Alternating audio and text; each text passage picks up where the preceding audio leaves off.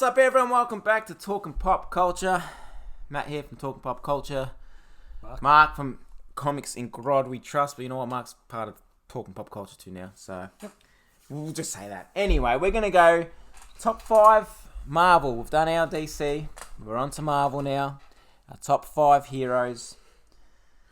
This was hard for me because I'm pretty much new to Marvel. The last 5 years I've been reading Marvel because I've always been a massive DC fan, but I've jumped on the Marvel wagon about 5-6 years ago, so forgive me. Might be a bit different, my top 5, but yeah, Mark? Mine would be different too. I'm new to it as well? I'm usually DC, but I love Marvel too, and I always try to pick up Marvel books as much as I can. So anyway, all right. So we'll go 5. I'm going to go straight off the bat and say Hulk. The Hulk. The Hulk. Obviously very iconic character. Yeah. At the moment, I'm just reading or catching up on Immortal Hulk, and I'm really enjoying it. Yeah, I read. I didn't like it, Planet Hulk. Oh yeah. But then I didn't mind. I actually enjoyed the follow-up, which was World War Hulk. So if you read those, they're pretty decent stories. He's got good comics, and he's got good villains, and the Bruce Banner and stuff like that, and like every kid loves Hulk. So you always love Hulk when as a you kid. get angry, and turn into the Hulk. Yeah, that's right. It's just so iconic. So yeah, Hulk 5. Well, my number 5. I don't know if you call him a hero, or an anti-hero, whatever. But the Punisher. Mm-hmm. It's one series that I love when Marvel brings it out, but unfortunately, due to stuff that happened in America, which I found out through my 1 month later crew telling me that, things happen in America and they're using the skull of the Punisher. And so that's why they're never going to bring the comics out again, which is really sad because, man, I tell you, Garth Ennis got me hooked on his Punisher run. It was so good. On all the last, 3-4 years, all the runs have been really good. The TV show, the movies, awesome. But yeah, the Punisher, I don't know if you call him a hero or not. I think he's like Deathstroke, man. It's just... You don't know if he's a hero or a villain. But yeah, he's my number 5. Who you got at number 4? Well, number 4, I've got Punisher. Oh, there you go. So yeah, the same sort of thing. But yeah, I didn't hear about that in America too. So yeah, it's a bit unfortunate, and because his iconic skull on his chest was a very cool design. But yeah, it's a bit disappointing. But yeah. Anyway, I love the story of Frank Castle. I guess.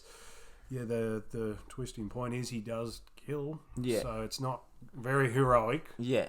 But it's a good backstory, like his family getting murdered and him having the history with being in the military as well. So it's a good revenge story, but not something that people should... Well, let's think, people say if Batman were killed and Batman killed the Joker, then...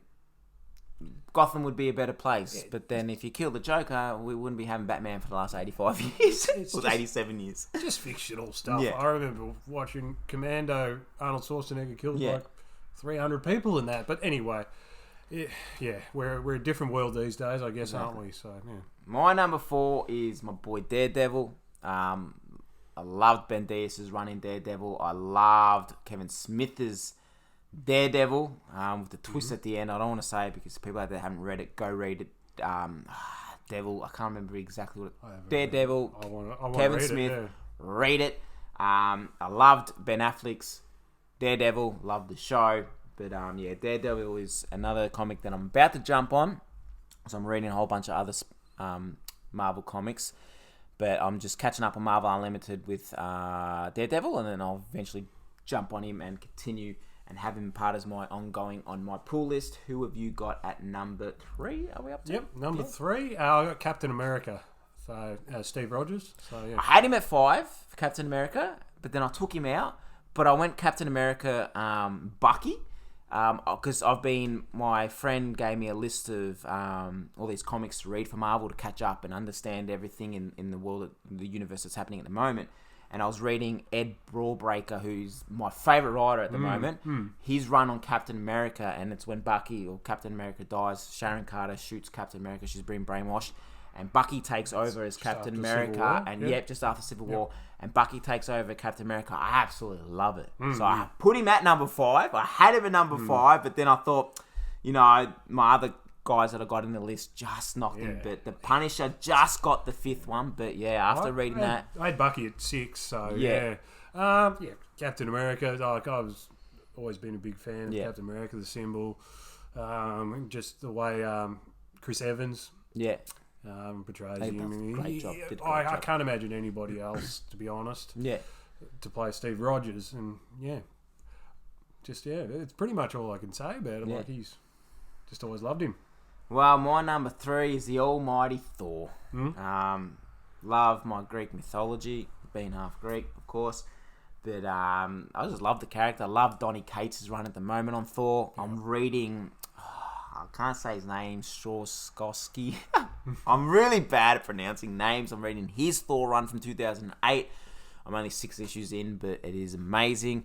Obviously, our boy Chris Hemsworth, the Aussie, doing an amazing, amazing job. I know a lot of people jumped down my throat when I said Ragnarok was probably my least favourite Marvel film. I'm sure Love and Thunder will be good. But Thor, my number 3. Who you got number 2? Number 2, I have got Falcon. Falcon? Yeah, Sam Wilson. So, I only just sort of recently started to pick up, not before the show, actually before the show, but when he came out as Captain America Winter Soldier, I wanted to know more about Sam Wilson, so I went out and brought a fair few one trade of one of his short runs, 6 issues, and I kind of liked it. There was Blade in it and stuff like that, so yeah, I like the idea of flying. He's got weapons, he's military as well. They said Blade. I forgot about Blade. Fuck. Yeah. He's really weird in that series. Blade is. Well, the Captain America I'm reading with had Falcon in, where Bucky took over. He was very like freaking hippie kind of look. The Falcon in it, and it was just a bit weird. But I picked up at Supernova just a combination of old Falcon issues put together in one. I haven't read it yet, but wouldn't mind to go through his history and stuff like that. But I like the idea and how Red Wing is actually a bird in the comics and he can communicate with birds. They haven't brought that into movies, which is probably for the best, to be honest. Because that's what, when I was reading, because he's done in the Falcon, in that Winter Soldier one that I was reading now, Broadbaker's Captain America, I said he had the bird. I was like, he communicates with it. It can't be done on... Definitely. Now, my number 2 is, and I can't wait for September, Shang-Chi. I love my Kung Fu, man. Like, absolutely love my Kung Fu. But that's, Shang-Chi. Loving his comic run at the moment. I love his previous comic run. I've been reading all his old stuff. But it's kind of a character that, like, Kung Fu is just something that I wish they would push more. I'm hoping now that we're getting this Shang-Chi film, we're going to get more. I love my Kung Fu. I love my samurais as well. Yep. But, I'd put Ronin in my top 10. Yep. I just, mainly because I just love that. I love the history, the culture of Kung Fu, really samurai. Cool story, But I cannot wait for the Shang-Chi movie to come out. Cannot wait. But here's my number 2. Who you got number 1? Number 1 is Deadpool. Yeah. So the comedy aspect of it. I haven't read too many Deadpool comics that have blown me away, to be honest. They're all the same. Like he makes some wisecracks. He's pretty good. I don't know. Everyone's trying to kill him at some stage, and he does kill the Marvel Universe at one stage. Yeah. Haven't read that one yet. Pretty funny. Yeah. But I also love the movies as well. It's just a different. And Ryan Reynolds was made for that role. Yeah. Yes, I was reading a fair. I did have Deadpool on my pull list about 6 years ago when I thought I'd start getting into Marvel. But then, man, I don't know, maybe because of the films, they just started to make so many series, and just like Batman, like so many versus too series. Many. Yeah. I just give me one series of Deadpool. That's it. But I after they make this 3rd Deadpool film, I always jump on the comics, so I'll probably jump back on Deadpool. Yeah, but, nothing's really blown me away, but they're all still pretty good stories. Yeah. So, well, my number 1, SpiderMan. Like, he's, again, probably the only Marvel character when I was young, because I was, hard into DC when I was young. But SpiderMan also, I didn't mind as a kid. Obviously, Sam Raimi's Spider-Man films, very iconic. Maybe the 3rd. I don't think he made the 3rd one. Did he do the 3rd one? I hope not.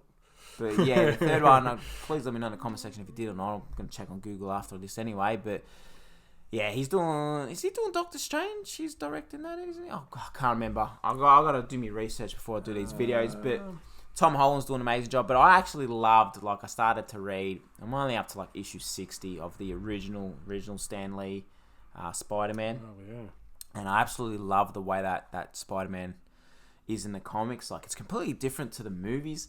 The Ultimate Spider-Man as well. I'm not halfway, but just under halfway of that, which I really enjoy. But currently, Nick Spencer's doing a pretty bad job on Spider-Man. No disrespect to him, but he's ending in September, I think, or October, and we get new writers. But Spider-Man, he's just that one you grew up with. If you didn't see Batman or Superman on the screen, Spider-Man. It was Spider-Man on the screen. He's their number one ticket winner, isn't he? Yeah, he is, and hopefully Sony eventually give him back, which I don't think they will. We'll probably get a whole Spider-Man universe, but he makes them too much money. But hopefully, I'm a bit worried about No Way Home because just all the speculations that's happening and everything that's going on. You've seen in my previous videos how much I hate it. Absolutely hate it because it seems impossible. Like all the rumors are coming up. The Sinister Six, Norman Osborn, the old Spider-Mans, then you've got Electro, and then you've got, Doc Ock. Man, think about all these characters. You can introduce them into a 2-hour film, 2.5-hour film. It's going for 3. So, at the least. If you have all them in there, it's going for 3 easy, but I just think a lot of people are building it up. They're going to go watch it. They're not going to like it, walk out and be, it's the shittest film because so much build-up. Exactly. They don't need to drop a trailer because people are building it up as much as it is. But, yep, Spider-Man is my number one, and Tom Holland's doing a great job. Love Tom. Great job as Spider-Man. Love him. To be honest, I can't say anyone else. Yeah, I hope he continues on. He's young, so he can continue on for a very long time. Yep. So, Spider-Man's my number one. We'll be back tomorrow or maybe a day after, we'll see, with our top 5 villains. For the Marvel, yeah. In the Marvel, which again was hard to choose. It was hard, yeah. If you haven't done so, hit the subscribe button. If you enjoy the video, give it a thumbs up. Follow Mark over at Comics and Grod We Trust. Links will be all in the description below.